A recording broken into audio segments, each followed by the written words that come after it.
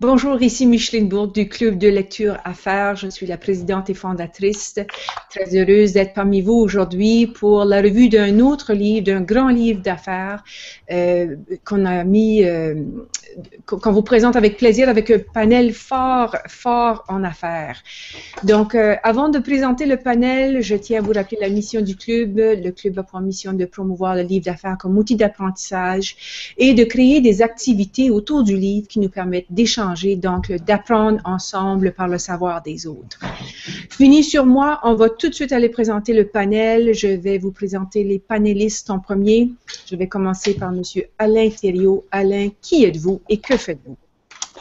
Bonjour tout le monde. Alors, Alain Thériault, je suis président propriétaire de Startup Coach, qui est essentiellement, je suis à mon compte, je suis coach d'affaires depuis plus de 10 ans et ma clientèle est celle des entrepreneurs ayant une entreprise d'environ une dizaine d'employés et qui est en crise de croissance. Donc, c'est la clientèle avec laquelle je travaille depuis plusieurs années. Je travaille spécifiquement avec le propriétaire. Excellent, merci d'être là, Alain. Merci d'avoir accepté de lire le livre. Nous allons maintenant du côté de Stéphanie Keenan. Stéphanie, qui êtes-vous et que faites-vous? Je suis la présidente de Bang Marketing depuis presque 17 ans. On est une agence spécialisée en branding, en web, en stratégie, notamment en business to business. Excellent. Alors, Alain et Stéphanie ont accepté de lire le livre pour venir en discuter avec M. Mathieu Bélanger qui, lui, va présenter le livre. Donc, Mathieu, qui êtes-vous et que faites-vous? Moi, je suis président fondateur de Parcours 3, une agence web, en fait, de stratégie et de développement. Ça fait près de 13 ans, on est une équipe de 30 personnes. Vous êtes ici à Montréal? Oui. Excellent. Et celle qui joue le rôle de l'observateur, donc qui n'a pas lu le livre, il s'agit de Mme Louise Desilets. Louise, qui êtes-vous et que faites-vous? Ouais, bonjour tout le monde. Donc, Louise Desilets, je suis leader en marketing communication. J'ai une grande expérience en toutes les fonctions de marketing communication dans les entreprises de services et les entreprises de télécommunications. Et je suis actuellement à la recherche de nouveaux défis professionnels. Excellent. En souhaitant que nos panélistes vont t'inspirer dans tes lectures. Et voilà. Alors, sans plus tarder, je vais vous présenter en dernier lieu, mais pas le moindre, Mme Paul Genet, qui, elle, va animer notre rencontre. Donc, Paul, qui êtes-vous et que faites-vous? Alors, accréditée en relations publiques, présidente fondatrice de PGPR Relations publiques, une amoureuse du livre d'affaires et votre animatrice pour cette occasion. Alors, c'est parti, Paul. On t'écoute. Alors, chers amis, dans un premier temps, à nouveau, comme Micheline le disait, merci beaucoup d'accepter de passer ce moment. Avant, Mathieu, que de vous céder la parole, permettez-moi de vous dire que déjà, ce livre a fait les manchettes auprès de nombreux adeptes du membre de groupe IO et IO Accelerator. Je n'en dis pas plus, puisque l'honneur revient à Mathieu de nous présenter le livre et pourquoi il a choisi de nous le présenter. Cher Mathieu, à vous la parole. Déjà, je vais commencer par le pourquoi je l'ai choisi. Je l'ai choisi parce que je venais de l'acheter, en fait, quand Micheline me l'a demandé. Mais en fait, mais je veux juste rapidement, on sait en fait que ça vient c'est une deuxième version, en fait, une version à mise à jour un peu de Rockefeller Habit que j'avais beaucoup aimé quand je l'avais lu il y a une couple d'années. On avait quand même appliqué ici pas tout ce qui est écrit dans le livre parce que c'est quand même assez lourd, là. Mais c'est une structure qu'on a appréciée pour notre croissance dans le passé. Donc, quand j'ai vu qu'il y avait une deuxième version, j'ai sauté dessus. Puis je me suis mis à le lire, j'ai fait lire en liquide, tout ça. Donc, je trouvais que c'était pertinent, en fait, de présenter ça parce qu'on est dedans en ce moment. Donc, par rapport au livre, c'est une proposition d'une structure, en fait, puis d'exécution pour préparer une croissance efficiente. Puis c'est séparé en 4 grands thèmes. Donc, le premier, c'est d'attirer et retenir les bonnes personnes, donc les people. Là, tout le monde connaît des mots en anglais, mais la première grande section, c'est people. La deuxième, c'est de créer une vraie stratégie différenciatrice, donc stratégie. Le troisième, c'est exécuter d'une façon efficace, donc c'est l'exécution. Puis la quatrième, c'est d'avoir assez d'argent pour réussir tout ça, donc traverser les tempêtes, donc le cash. Donc les 4 grands thèmes, comment que c'est le livre est bien structuré de cette façon-là par rapport à Rockefeller Habit, qui était peut-être un petit peu moins bien structuré à ce niveau-là. Moins fluide. Puis aujourd'hui, en fait, là, c'est facile en fait de choisir un des thèmes, puis pas obligé nécessairement. En fait, ils n'ont pas d'ordre. Tu n'es pas obligé de commencer par le premier ou le deuxième, quoi que ce soit. Si tu as plus de problèmes d'argent, tu es mieux peut-être de commencer par celui-là du cash, etc. Donc, il y a des résumés au début qui te permettent bien d'identifier, en fait, lequel des thèmes par lesquels tu devrais commencer. Il parle aussi des barrières, en fait, parce que c'est bien beau tout ça, mais ça peut être difficile à implanter, là. Les barrières qui parlent dans le livre au début, il y a un chapitre là-dessus, c'est bon, le leadership. Donc, c'est sûr que si tu n'as pas assez de leaders à l'intérieur de ton organisation, ça peut être difficile à implanter. Il faut que tu délègues, évidemment. Donc, il faut que tu aies quand même une équipe assez grande. Moi, je considère qu'il faut que tu sois au-dessus de 20, 25, 30 là, pour être capable d'appliquer tout ça, mais c'est bien de voir venir, en fait, ce que tu vas avoir besoin plus tard. Tu as besoin d'avoir une infrastructure aussi scalable, là, élastique en français. Puis la dynamique de marché aussi, évidemment, si le marché est pas au rendez-vous, ça peut être difficile d'implanter tout ça. Puis par rapport à chacun des chapitres, en fait, les grands thèmes, en fait, dans People, il y a une façon. L'idée générale, en fait, c'est de lister, en fait, de faire la liste de toutes les fonctions, les responsabilités dans l'entreprise, puis d'y mettre une personne responsable pour pouvoir les suivre. C'est quand même, puis même chose pour les process. Donc, c'est quand même intéressant. Moi, j'ai été surpris, en fait, de quelques constats quand on a fait cet exercice-là. Le livre est rempli de templates, en fait, qui sont super riches. Il y a aussi, des fois, il ne va pas nécessairement en détail dans chacune des choses qu'il va suggérer, mais il va suggérer des lectures d'autres livres, tout ça. Puis, toutes ces ressources-là sont aussi sur le site web scalingup.com. Donc, c'est un livre qui est extrêmement riche au niveau du contenu, là. Pas juste ce qu'il y a dedans, mais de toutes les références qu'il donne. Là. Donc, c'est assez intéressant.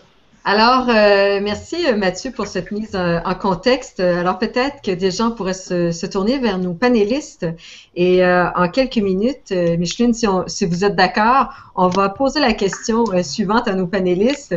Qu'avez-vous trouvé à la lecture de ce livre? Alain, on commence avec vous.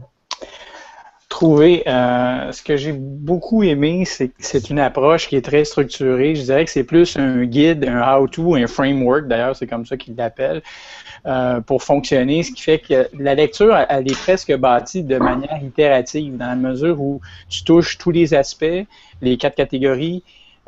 C'est vraiment exprimé de façon très générale. Ça permet ensuite de travailler. C'est le genre de livre qu'il faut que tu lises avec la liste des, je l'ai exprimé en des growth tools. Oui. C'est vraiment l'idéal parce qu'il y a tellement de trucs à réfléchir, il y a tellement de trucs à remplir. Le livre est très itératif, donc il revient constamment sur les mêmes concepts. À un moment donné, ça peut même devenir un peu mélangeant. Alors que si tu fais la lecture en même temps que tu passes à travers tous les trucs à remplir, là, ça prend toute sa puissance parce que tu vois ce qui est pertinent, tu vois ce qui n'est pas pertinent, tu vois ce qui est applicable selon la situation, selon la taille d'entreprise, etc.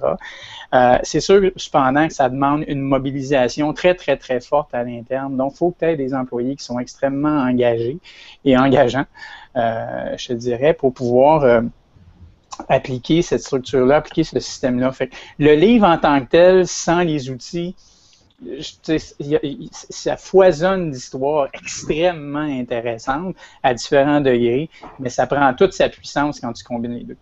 OK, alors on sent un engouement, Alain, un engouement certain suite à votre lecture de ce livre. Chère Stéphanie, est-ce que vous en direz autant? Qu'est-ce que vous avez trouvé dans ce livre? Écoutez, moi j'ai trouvé que ce livre-là, sans avoir lu le premier, c'était vraiment un gros mal de tête. Le premier livre, je vais être vraiment honnête, moi je l'avais adoré. Je l'ai dévoré en une soirée, j'ai trouvé ça inspirant. Ce deuxième livre-là m'a demandé de ressortir le Rockefeller Habit, là, puis de dire, oh mon Dieu, OK, il faut que je contextualise parce que c'est comme une tonne de briques. Hein? Il n'y a pas beaucoup de contexte, il n'y a pas beaucoup d'explications. C'est OK, ben let's go, on y va. Là. Donc, on y va en mode application. Ce qui est génial, mais ça m'a quand même rappelé mes soirées d'études au HEC. C'est très textbook, là. On y va, puis il y a du contenu. J'ai trouvé que les listes et tout ça, les outils, il faut vraiment prendre le temps de décanter, parce que quand on les regarde en isolation, ça peut avoir l'air ultra simpliste, hein? Des petits one-pagers pour un petit peu tout, mais quand on prend le temps vraiment de regarder chapitre par chapitre, puis dire, OK, je vais m'attaquer à ce sujet-là, on voit l'utilité des outils. Puis moi, je crois à la méthode Gazelle. J'ai fait partie d'IO pendant 5 ans. Il y a une coach, justement, on en parlait là, avec Paul tantôt, qui aide les entrepreneurs. Puis je pense que Alain, toi, ça doit être le genre de choses que tu apprécies beaucoup parce que je pense que ça met en relief le besoin qu'on a d'avoir un coach là-dedans. Parce que tout seul, avec le livre, avec le pot de Tylenol, le café, puis je veux dire, tout ça, je veux dire, sans aide, là, c'est quand même, ça représente un défi colossal. Mais ça enlève rien à la valeur de l'approche, pour moi, qui est extrêmement pertinente, structurée, comme tu disais, Alain. Mais c'est quand même, ça te démontre la hauteur du défi, je dirais. Ouais. Est-ce que, Stéphanie, on a un peu l'impression à vous entendre que c'est pas tant comme si vous arriviez dans un désert, mais c'est plutôt un mur à escalader. Et vous êtes prêt à l'escalader, mais encore, il faut avoir la force de le faire. C'est un peu ça, là, ce que vous avez trouvé dans votre livre. Oui, parce que c'est sûr que quand on lit le premier, on est inspiré. Quand on lit le deuxième, on dit, OK, ben là, il faut que je le fasse, là. Mais comment on y arrive? Moi, je conseille une semaine de vacances, puis vraiment du temps pour y penser, parce que c'est pas de la lecture de chevet qu'on va juste consommer 2-3 idées, puis on dit, ah oui, peut-être. Il faut vraiment, l'appliquer au complet. C'est une méthode, parce que sinon, je pense que les résultats ne seront pas au rendez-vous, là. Ouais. Très bien. J'ouvrirai un peu la discussion avec vous tous, Mathieu, Alain et Stéphanie, par rapport au fait qu'effectivement, le livre, il est structuré, dans le fond, en quelques sections. Et une des premières étant peut-être celle qui porte justement sur les personnes qui composent notre équipe. On a parlé bien sûr de leadership, mais encore, je vous demande cette question, est-ce qu'aujourd'hui, plus que jamais, il faut être courageux pour être capable de garder en son sein les bonnes personnes, à la lumière de ce livre? Écoute, si je peux me permettre, peut-être, Alain, tu as commencé, je ne veux pas te couper. Vas-y, Stéphanie. Vas-y, Stéphanie. OK, d'accord. Tu mentionnes, Paul, garder les bonnes personnes, mais je te dirais que ce livre-là, la première chose auquel il nous fait réfléchir, c'est à choisir les bonnes personnes. Puis souvent, on pense à garder. Ben écoute, moi, garder, je veux bien, là, mais encore faut-il garder les personnes qu'on a bien choisies, parce que sinon, on s'en va vers notre perte, puis on est dans une industrie de service, un monde de service dans lequel on est aujourd'hui. C'est les gens qui font la différence, mais c'est pas garder à tout prix, c'est choisir, bien choisir. Puis mon Dieu, moi, ça m'a ouvert les yeux là, sur la nécessité de structurer l'embauche. Mathieu, tu dois penser la même chose que moi. Oui, j'ai eu la même réflexion par rapport à ça, effectivement. Il y a retenir les bonnes personnes. Ça, c'est vraiment important, dans le fond. C'est vraiment ce qu'ils disent, les right people, là, parce que c'est pas tout de retenir. Il y a des gens qui... j'ai eu la même réflexion. Ouais, je ne sais pas si cette phrase-là vous a accroché, et Alain, je m'en vais vers vous aussi, mais quand on dit hire slowly, fire quickly. J'avoue que si on parle d'un eye-opener après le café, comme le disait Stéphanie, ça quand même, hein, ça prend... Alain, allez-y donc avec un commentaire. Peut-être le seul petit avantage que j'ai peut-être sur les deux collègues par rapport à ça, c'est que j'ai intervenu dans plusieurs entreprises et je peux totalement backer ce qui est amené là-dedans, la lenteur à se débarrasser de certaines personnes. Puis des fois, c'est pas que c'est du bois mort. Hein. J'ai eu un cas où c'était vraiment le star de l'entreprise qu'il fallait se débarrasser. Oh my God! Et ce que j'ai aimé dans le livre, entre autres, par rapport à ce qu'il y a là, c'est l'imputabilité des gens, entre autres par rapport au processus mis en place.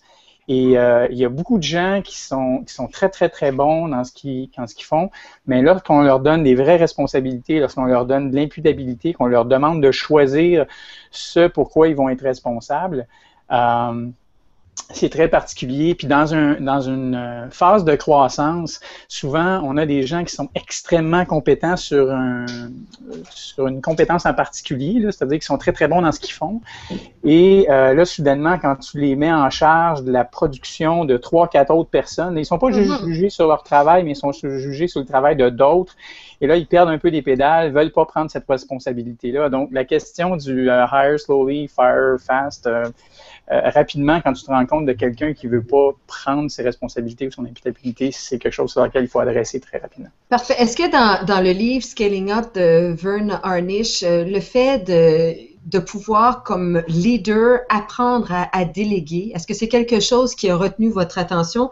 Parce qu'on nous dit qu'une fois qu'on a les bonnes personnes en place, encore faut-il que nous, on soit en mesure de leur enseigner, qu'on soit en mesure de leur partager notre vision, la mission, prendre le pouls des valeurs constamment. Est-ce que, comme leader, c'est pas un peu exigeant? Qu'est-ce que vous en avez pensé, le fait de trouver ces notions dans ce livre? Mathieu, peut-être, on peut commencer avec vous. Comme leader, le fait de pouvoir déléguer, bien sûr, on a les bonnes personnes, mais vous-même, est-ce que vous avez trouvé en ce livre des moyens de devenir... Pas sûr. En fait, avec tout ce qui est là-dedans, c'est pratiquement impossible qu'on ait toutes les bonnes personnes pour déléguer tout ça. OK. Ça va prendre un certain... En fait, quand tu fais la liste des accountability chart qu'ils appellent, là, la liste des responsabilités, c'est pratiquement impossible dans une boîte de 20-25 personnes que tu as des noms pour chacun, puis tu as juste un nom pour chaque. Donc, je pense que l'équipe est encore à bâtir, l'équipe de managers, là, vraiment. Donc, tu peux pas déléguer tout ça, c'est impossible. Tu dois choisir, en fait, là où est-ce que tu as des responsables en place, puis là, que tu peux leur déléguer des choses. Okay. Sinon, c'est impossible de tout déléguer tout ce qu'il y a là-dedans. Je pense que c'est un travail de, comme on le disait tantôt, c'est plus qu'un café et une semaine de vacances. Je pense que c'est 12 à 18 mois, même 2 ans si tu veux implanter tout ça. Puis, je pense pas que tu as besoin de tout implanter. Tu peux quand même, je comprends que le cadre général, oui, là, mais tu n'as pas besoin d'utiliser tous les outils, là, mais tu dois le faire d'une façon correcte pour de le faire un à la fois et non pas de faire tout ça tout d'un coup puis de le faire à moitié. Là, ça ne servira à rien.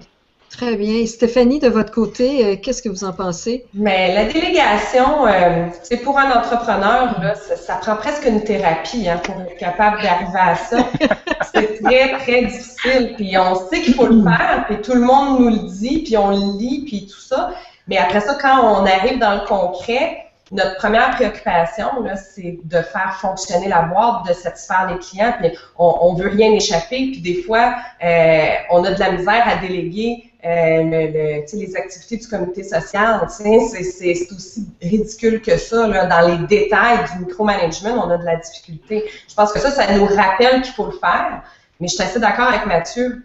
Il faut que tu aies les ressources pour être capable de le faire. Donc, il y a la partie psychologique, que tu te dis, écoute, je dois accepter le concept, puis après ça, dans l'opérationnalisation de ça, OK, je commence à déléguer quoi, à qui, en priorité. Mais en quelque part, moi, ma conclusion, c'est si tu ne délègues pas, comment tu vas trouver le temps, le 12 à 18 mois que ça va te prendre pour l'appliquer, cette méthode-là, si tu travailles dans le day-to-day, je veux dire, tu n'as pas le recul, tu n'as pas tout ça. Donc, très bien, merci. Alain? Je suis vraiment placé pour parler de délégation dans mon cas, puisque j'ai jamais vraiment eu d'employé.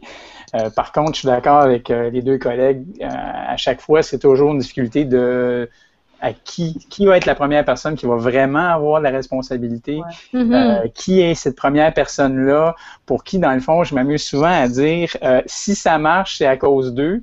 Si ça marche pas, c'est à cause de vous parce que vous n'avez pas choisi la bonne personne. C'est le prix à payer.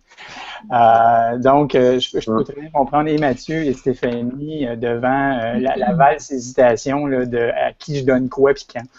Oui, et ce qui m'amène à parler aussi, et je vais faire le pont entre people et un des éléments dans le livre qui est marquant aussi, c'est la stratégie. Et rapidement, dans le livre de l'auteur Scaling Up, Vern Harnish, il nous propose je vais le dire en anglais, mais stop working in the business, start working on the business. Et là, on parle de stratégie dans la globalité, dans le fait de pouvoir focuser sur la stratégie de positionnement, mettre de l'avant une certaine facilité. On trouve toujours les mots pour énoncer ce qui se conçoit bien et en même temps réduire le fardeau du stress? Qu'est-ce que vous pensez de l'élément de stratégie? Et comment ce livre vous permet-il, à titre d'entrepreneur, de poser un regard nouveau sur l'élément de stratégie? Ben, écoute, moi, je te dirais que on pourra jamais se le dire assez souvent, l'importance de travailler sur la business puis pas dans la business. Tu sais, c'est comme un dialogue intérieur, moi, que j'ai avec moi-même à tous les jours de ma vie. Est-ce que j'y arrive? Ça revient un peu à déléguer, hein? On est dans le même sujet. Oui. Parce qu'il faut que la business, ça continue de rouler. Puis c'est beau là de dire je vais changer mon rôle. Mais il y a beaucoup d'entrepreneurs qui se sont carrément plantés aussi en jouant le grand CEO détaché des opérations. C'est un risque. Puis ça prend un plan pour y arriver, puis c'est peut-être en prenant des petites bouchées petit à petit, puis en faisant l'intégration, je pense, de chacune de ces décisions-là. Tu vois, on intègre un petit bout de ce rôle-là, après ça un autre petit bout, que peut-être qu'on va se réveiller un jour, qu'on va dire « Ah, j'ai réussi, puis je suis un petit peu plus à l'extérieur de ma business que j'étais avant. » Mais c'est un défi. Je ne sais pas si le livre nous aide vraiment à intégrer le comment. Tu sais, ça, OK. Déjà que quand on lit le livre, on travaille plus sur la business que dedans. Oui. C'est déjà le premier pas. C'est déjà ça, très bien. Mais mis à part ça, c'est vrai que c'est difficile, mais je pense que ça vient parce que ce qu'on disait tantôt, quand on liste les personnes responsables de chacun, dans le fond, notre responsabilité en haut, c'est de choisir les bonnes personnes qui vont prendre les responsabilités des autres trucs dans l'entreprise. C'est ça qui est le plus compliqué. Je pense pas qu'on peut travailler beaucoup. Si on est juste 10 dans notre entreprise, puis tu travailles juste sur l'entreprise, si tu n'as pas de DG, tu n'as pas personne pour déléguer l'idée, je pense pas que ça puisse marcher. C'est impossible. Donc, c'est un vœu. Là. C'est quelque chose que tu veux avoir plus tard. Mais d'après moi, tu dois être au moins 25, 30, 40. Même moi, je n'y arrive pas à 30 là, de travailler juste sur l'entreprise 24 heures sur 24. Là. Non, c'est ça. Je pense que Merci Mathieu. Alain, le fait de côtoyer justement des chefs d'entreprise, est-ce que vous voyez à travers vos expériences un changement de paradigme? Est-ce que les leaders sont capables justement de se détacher un peu pour travailler sur la business plutôt que dans la business? J'ai l'impression que les plus jeunes entrepreneurs sont un petit peu moins contrôlants que la génération précédente. Et la question de travailler sur la business et dans la business, qui dans le fond était le dada de Michael Gerber là, dans E-Myth, je dirais que tout le monde en est conscient, tout le monde le fait un peu. Où le bas blesse, je pense, pour l'ensemble des entrepreneurs, c'est la question de ne pas le faire de façon systématique. Alors, on en fait des bouts, il y a des fils qui traînent, il y a une ligne directrice, mais quelquefois un peu floue, elle n'est pas solide, elle est souvent mise on la remet en question. Alors, ce que j'essaie de faire, moi, c'est de dire aux gens, OK, il y a un bloc de temps immuable que vous allez consacrer à la stratégie. C'est mercredi après-midi, vendredi après-midi, mardi matin, whatever. Fait, à moins que la maison soit en train de s'écrouler, ce bloc de temps-là, il est réservé effectivement sur les éléments stratégiques de votre entreprise et vous ne pouvez pas être dérangé sous aucun prétexte. Il y a quelqu'un d'autre qui va prendre la décision à votre place sur les opérations. Alors, ça, je dirais que c'est la clé, mais je trouve que ça s'en va dans le bon sens par rapport au renouvellement des entrepreneurs. Et dites-moi, Alain, est-ce que dans le livre, vous avez trouvé une certaine source d'inspiration justement pour citer des passages à vos différents clients? Ce que j'ai apprécié dans le livre, et Mathieu l'a soulevé tantôt, c'est que c'est foisonnant de références, non seulement de best practice, mais probablement des meilleurs livres ou des meilleurs chapitres et même des fois des meilleures pages à un moment donné dans le livre. Ici, si vous avez juste pas beaucoup de temps pour lire ce livre-là. Lisez les pages 114 à 117, pas plus loin. Oui, tout à fait. C'est ce que je vais faire. J'ai trouvé ça vraiment bon par rapport à ces différentes références stratégiques-là, parce que c'est surtout dans le chapitre sur la stratégie où M. Harnish fait référence à plein de grands noms, là, à gauche et à droite. Et moi, ma découverte, je dirais, dans les outils qui sont reliés à la stratégie, c'est l'Economic Engine que j'ai trouvé intéressant et j'ai hâte de voir ce que je vais être capable de faire sortir de là avec mes clients actuels. Très bien. Mathieu avait un point. Mathieu. Oui, bien tantôt on disait travailler sur l'entreprise. Le livre quand même donne des trucs un peu là-dessus parce que Si nous autres, on a implanté, par exemple, avant, on faisait des rencontres de direction à toutes les 2 semaines, puis là, on fait des rencontres de direction à toutes les semaines de 1 heure. Donc, ça nous force un peu, dans le fond, à travailler sur l'entreprise ensemble, sur des points précis, puis on le fait d'une façon assidue. Là. Donc, comme Alain disait, je pense qu'il y a quand même des trucs là-dedans pour nous forcer, ou en tout cas amener une certaine structure pour nous forcer à travailler sur l'entreprise. Très bien, c'est un très bon point, Mathieu. Micheline qui voulait peut-être faire un petit pont ici, Micheline. Oui, alors, premièrement, il faudra aller voir ce qui se passe avec Louise, parce que Louise nous écoute et j'ai hâte d'avoir son premier point de vue là-dessus. Mais on a eu des questions de nos auditeurs. Formidable. Donc, on a 2 bonnes questions, en fait, qui font référence à des points qui ont été soulevés tout à l'heure. Donc, je vais prendre celle de Frédéric Moreau.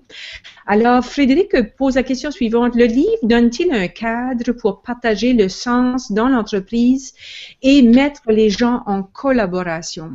Alors, j'aimerais avoir les premiers commentaires là-dessus. On lève la main. Ah. Est-ce que le livre nous donne des conseils sur comment établir un climat de collaboration, donc de donner un sens à l'entreprise? Allez-y, Mathieu. Oui, assurément oui. Là, avec il y a un template qui est la Mission Summary, je pense, quelque chose comme ça, donc Vision Summary. Donc, je pense que c'est un outil qui peut permettre quand même de partager la vision de l'entreprise à tous les employés d'une façon assez simple. Puis, je pense que en fait, dans People, il explique bien, en fait, les managers doivent devenir des coachs plus que des managers, donc d'encadrer les développements de carrière, tout ça. Donc, je pense que ça, assurément, il faut qu'ils forment des équipes, qu'ils les fassent collaborer ensemble. Donc, je pense que oui. Mais c'est pas un livre sur la collaboration des équipes. Non, c'est ça que j'allais dire. C'est pas ça le cœur du propos. Là. Je pense que ça vient avec parce que la collaboration, c'est essentiel pour le succès de n'importe quelle organisation. Mais je pense pas que c'est vraiment quelque chose qui ressort là, pour moi. OK. Mais Micheline, pardonnez-moi, si je peux m'immiscer mon petit grain de sel, par rapport à la collaboration dans le livre, ce que j'ai trouvé, c'est non seulement faut-il embaucher les bonnes personnes, mais quand on dit embaucher les bonnes personnes, on veut aussi dire choisir les bons clients. Ouais. Alors, j'amènerais peut-être cet élément dans notre discussion parce qu'il est vrai que l'entreprise, l'équipe qui est en place dans un cadre de collaboration et de reconnaissance de la contribution, donc choisir les bonnes personnes est d'importance, mais encore, il est de notre devoir de choisir les clients que l'on veut servir aussi selon notre positionnement et ce que l'on veut présenter comme entreprise. Ceux qu'on veut continuer de servir aussi. Voilà, exactement, Mathieu. Parce qu'on parlait de retenir tantôt les employés, voilà. Mais retenir aussi les bons clients. Les bons clients, tout à fait. Les bons clients pour nous, là, parce que les clients peuvent être bons pour tout le monde. Voilà. Une autre question que je trouve qui est très intéressante, puis je connais la réponse à ça, puis je pense que vous allez pouvoir y répondre plus longuement, c'est de Jean-Claude Claude. Alors, M. Claude nous pose la question, est-ce que le leader laisse aux personnes l'opportunité de faire les choses à leur manière, réfréner l'envie de s'en mêler pendant qu'ils les font? Alors, ça, je trouve que c'est un sujet qui a été soulevé dans le livre, à ma connaissance, et que j'ai trouvé très intéressant. Je ne sais pas s'il y a quelqu'un qui voudrait commenter sur ce volet-là. Donc, donner des objectifs, mais pas nécessairement dire aux autres comment le faire. Oui, pas donner le chemin. Non, Mathieu, je vous laisserai renchérir là-dessus. Ben, en fait, je voulais juste ajouter que dans le fond, on ne leur donne pas le chemin, mais plutôt l'objectif, donc ils peuvent l'atteindre comme en fait, il y a quelques passages là-dedans qui ouais. C'est une question de manager plus qu'une question qu'est-ce qui est écrit dans le livre. Là. Manager, et peut-être que si vous êtes d'accord, il y avait cette notion aussi de visionnaire. Et il y avait un passage qui disait que les leaders, they see around the corners. Alors, ils sont capables d'aller au-delà de ce qui se cache dans les encoignures de l'entreprise. Alors, oui, on peut bien sûr permettre aux gens de contribuer. La contribution est importante, mais peut-être que vous pourriez, chers panélistes, renchérir sur le fait qu'on a quand même une vision, une direction qui est donnée dans l'entreprise. Il y a une façon de faire les valeurs, mais plus encore. Stéphanie, je vous vois, je vous écoute. Non, mais c'est parce que je suis d'accord avec le principe. C'est certain que si on veut absolument que tout le monde travaille exactement à notre façon, puis qu'on est toujours dans leurs souliers, après ça, on n'a pas les bons outils pour juger de la qualité, la vraie qualité de la personne. Cependant, d'expérience, je peux dire que avec beaucoup de gens, ça revient peut-être à engager les bonnes personnes, mais plus on donne de cordes, plus les gens peuvent se pendre avec. Hein. Donc, moi, je pense que c'est pas du micromanagement qu'il faut faire, mais en même temps, il faut instaurer une culture d'entreprise qui fait en sorte que les gens travaillent à la façon, non pas à ma façon, mais à la façon de l'entreprise. Ouais. Mais ça revient toujours à dire qu'il faut que les objectifs soient clairs. Sinon, c'est comme laisser quelqu'un aller un peu n'importe où. Mais en plus de faire n'importe quoi, il ne sait pas où aller. Donc, c'est clair que... Ouais. Mais il y avait la question des valeurs aussi, hein, les valeurs de l'entreprise. Ouais. Mais ça, c'est amusant, les valeurs. On prend parler, c'est un sujet incroyable. Si on demandait aux employés de la majorité des entreprises de dire quelles sont les valeurs de l'entreprise pour laquelle ils travaillent, ce serait une catastrophe probablement dans 90% des cas. Là. C'est la base, dans le fond, de toute le livre. Si on lit le premier, d'ailleurs, les valeurs, c'est la première chose sur lesquelles on devrait s'entendre et communiquer. Ouais. C'est là-dessus qu'ils devraient justement prendre des décisions basées pour leurs décisions. Tout ça, donc. Voilà. C'est vrai que s'ils les connaissent pas. Hein. Ouais. Et dans le livre, une des questions qui nous est posée par Micheline, dans les éléments que l'auteur met de l'avant dans Scaling Up, il y a cette notion de stratégie. Mais qu'entend-il par stratégie? Une stratégie de croissance, de positionnement, d'intégration, de pénétration de marché. Qu'est-ce qu'il entend par stratégie d'embauche? J'aimerais vous entendre sur comment vous pouvez nous expliquer votre compréhension du mot stratégie à la Scaling Up selon Vern Harnish. Mathieu. Méchante question. Méchante question. Assurément, c'est une stratégie d'entreprise là, à quand même assez haut niveau. C'est une stratégie de mise en marché, un peu aussi de positionnement, de trouver il appelle ça un X-factor, un côté différenciateur pour donc te différencier de tes concurrents. Moi, je trouve l'approche quand même intéressante, mais bonne tasse de café. C'est quand même assez complexe. Moi, je trouve que c'est vraiment le thème le plus lourd en fait à implanter dans l'entreprise, c'est les chapitres sur la stratégie. Là. C'est le Seven Strata, là, le template, là, il n'est pas évident. OK. Il faut que tu lises le chapitre 3-4 fois avant que tu mettes. Oui. Alain? Différentes affaires. J'ai aimé la distinction qu'il a faite entre réflexion stratégique et planification d'exécution. Il ne parle pas de planification stratégique, pas en tout. C'est vraiment réfléchir stratégiquement, puis ensuite exécuter, planifier l'exécution. Ça, c'est une chose. Deuxième affaire, le breakdown dans les outils, si on parle du Seven Strata que Mathieu vient de faire référence, c'est assez intéressant de la façon que ça descend de plus en plus vers les employés. Et effectivement, les one-pagers font que tu peux communiquer down the line ces éléments-là. Le fait aussi que de manière systématique, dans la méthode, il faut aller faire du brain picking de ses propres employés au niveau de la stratégie ou l'exécution des éléments stratégiques. On parlait des valeurs tantôt. C'est sûr qu'on demande, ça se vit comment, ces valeurs-là. J'ai beaucoup aimé l'approche justement par rapport aux valeurs. Ce n'est pas les c'est pas les trucs grandiloquents là, d'assiduité, d'honnêteté. Non, c'est pas de ça qu'on parle. On parle vraiment de qu'est-ce qui est valorisé dans l'entreprise, qu'est-ce qui est backé, qu'est-ce qui est pas backé, qu'est-ce qui est puni, qu'est-ce qui est récompensé. Ça, c'est les valeurs en quelque part. T'sais. Ce qui fait que est-ce que la communication se fait bien, ces valeurs-là, entre les entreprises? Le onboarding des nouveaux employés est fondamental et extrêmement bien adressé là. Ouais. Donc, pour amener les nouveaux employés, justement, dans toute cette culture d'entreprise et qui va avec la stratégie. Oui, j'ai bien aimé. Okay. Stéphanie, au niveau de la stratégie, qu'est-ce que vous en avez retenu? Moi, je suis assez d'accord avec Alain, là, les commentaires qu'il vient de faire. J'ai trouvé ça difficile, ce chapitre-là. Honnêtement, là, j'ai trouvé que c'était le chapitre le plus opaque. Ce que j'ai retenu, là, puis c'est ce qu'on dit à nos propres clients. Là. Moi, je suis en marketing, à un moment donné, il faut faire des choix. Il faut être capable de dire, moi, je suis qui, là, je me différencie comment, est-ce que je suis capable de vivre avec ces choix-là, puis de les communiquer à l'interne, puis que tout le monde fonce dans la même direction, qu'on aligne l'organisation vers des buts précis.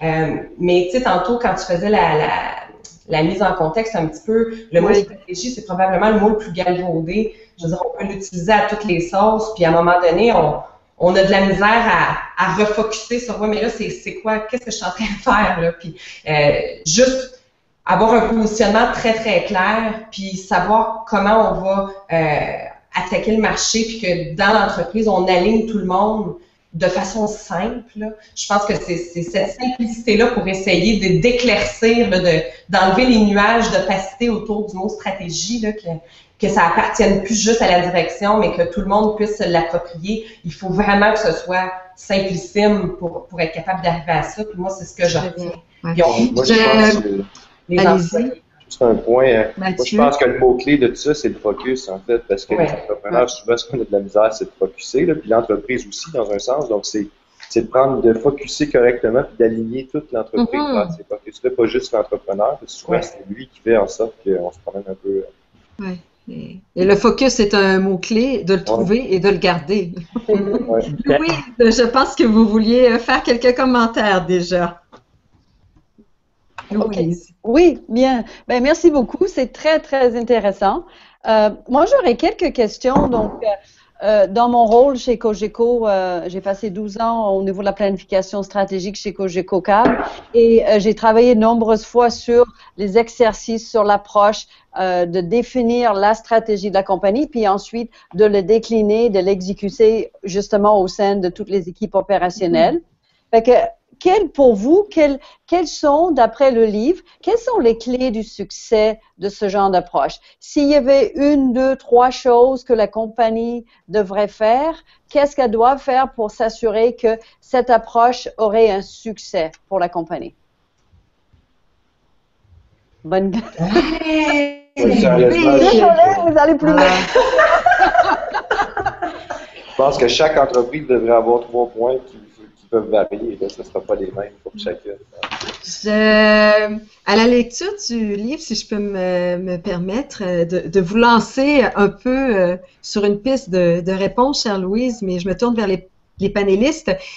Il y a quelque chose qui m'a marqué et qui est revenu, c'est ce qu'ils appellent le BHAG, le Big, Hairy, Audacious Goal.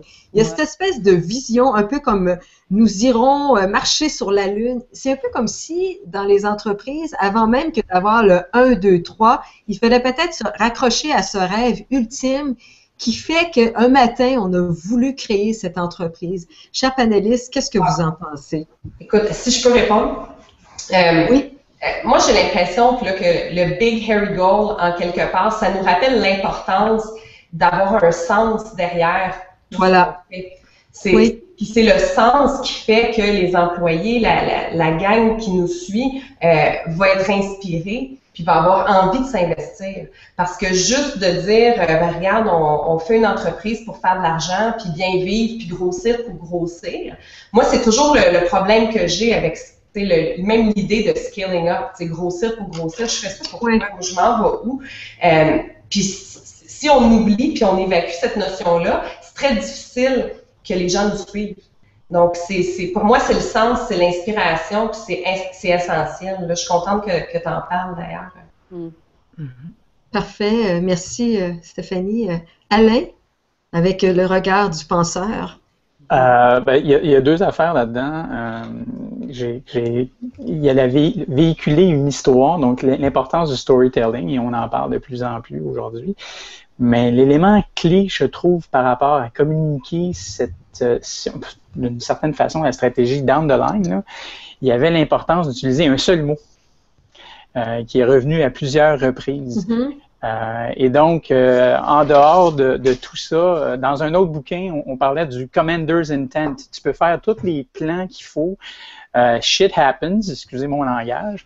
Puis là, à un moment donné, c'était quoi le commander's intent? Alors que ce soit Mathieu ou que ce soit Stéphanie, ces 2 personnes-là ont un commander's intent et à travers vents et marées, les employés, à un moment donné, doivent se dire, OK, c'est ce mot-là qui est le driver en quelque part vers où on s'en va, puis éventuellement, on l'atteindra, le Big Audacious Hairy Goal.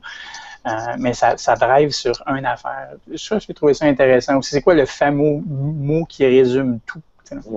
Alors, dans le fond, ce que j'entends, Alain et Stéphanie, c'est, outre cette espèce de The Big Hairy Audacious Goal. Il y a toute cette intention derrière l'histoire, le début de l'histoire, qu'on écrive les chapitres ensemble. Et pour revenir à la question de Louise, comment on peut décliner ça? Est-ce que ça se décline? Est-ce qu'à travers le livre, on a une recette ou une approche qui permet de dire, voici, pour atteindre le succès en 1, 2, 3 étapes, qu'est-ce que vous pourriez faire? Est-ce que c'est quelque chose qui se retrouve dans ce livre? Louise, c'est un peu ça la question, hein? Oui, peut-être je reclarifier, peut-être dans tout ce que j'ai fait au niveau de la planification stratégique, pour moi, à la base, c'est le leadership. Si vous n'avez pas le leadership qui embarque, qui lance cette approche ou cette méthodologie, c'est très difficile de réussir là-dessus. Donc, parce que lorsqu'on regarde d'embaucher les bonnes personnes, de faire au niveau de la stratégie, de faire l'exécution, de faire toute l'analyse financière, tout ça, ça vient à la base de ce leadership qui veut y réussir, veut avancer. Donc, je dirais, pour que les leaders aient du succès, quel serait quoi vos conseils pour les leaders pour démarrer dans une approche comme celle-ci? Bien, assurément, vous avez un bon point. La première chose à faire, c'est de bâtir l'équipe. Si on ne l'a pas, l'équipe de manager, ça, c'est la première étape. C'est impossible d'implanter ça si tu n'as pas d'équipe. Ouais, et peut-être... Et c'est le premier point des Rockefeller Habits, d'ailleurs. C'est ça. Stéphanie? Mais le leadership, pour moi, je comprends ce que veut dire Louise. Hein. S'il n'y a pas de leadership, toute cette belle méthode-là, est presque vouée à l'échec. Mais le leadership, qu'est-ce que c'est? J'ai l'impression que nous, on a une énorme responsabilité, puis c'est peut-être pour ça quand on lit ces livres-là qu'on dit « Oh my God, quel mur escaladé », mais on a une responsabilité de l'idée par l'exemple. Elle est dure, la méthode. Hein? Quand on va dans le détail au niveau des people, puis tout ça, puis de comment on veut noter les gens, puis comment on veut être... dans le fond, extrêmement exigeant à tout point de vue. Ouais. Ça implique qu'il faut être exigeant envers nous-mêmes à tout point de vue. Puis on le sait, là, on a des faiblesses, mais il faut accepter de travailler sur soi, puis de toujours montrer la voie, puis en ne faisant pas de compromis sur l'excellence que nous, on est prêt à y mettre, puis l'énergie, puis le commitment qu'on est prêt à y mettre. Puis je pense que ça, c'est la première exigence pour être capable d'embarquer dans un processus comme ça. Ouais. Qu'est-ce que vous pensez du fait que l'auteur, justement, Vern Harnish, nous dit qu'une des fonctions clés du leadership, je le cite en anglais, is delivering frequent messaging and metrics. On n'en a pas beaucoup parlé ici, mais il y avait cette notion d'évaluation, et merci Stéphanie d'aborder le point, parce qu'on est évalué en tant que leader, mais à notre tour, on doit évaluer. Mais quels sont nos key metrics, nos mesures d'évaluation? Est-ce qu'on les a communiquées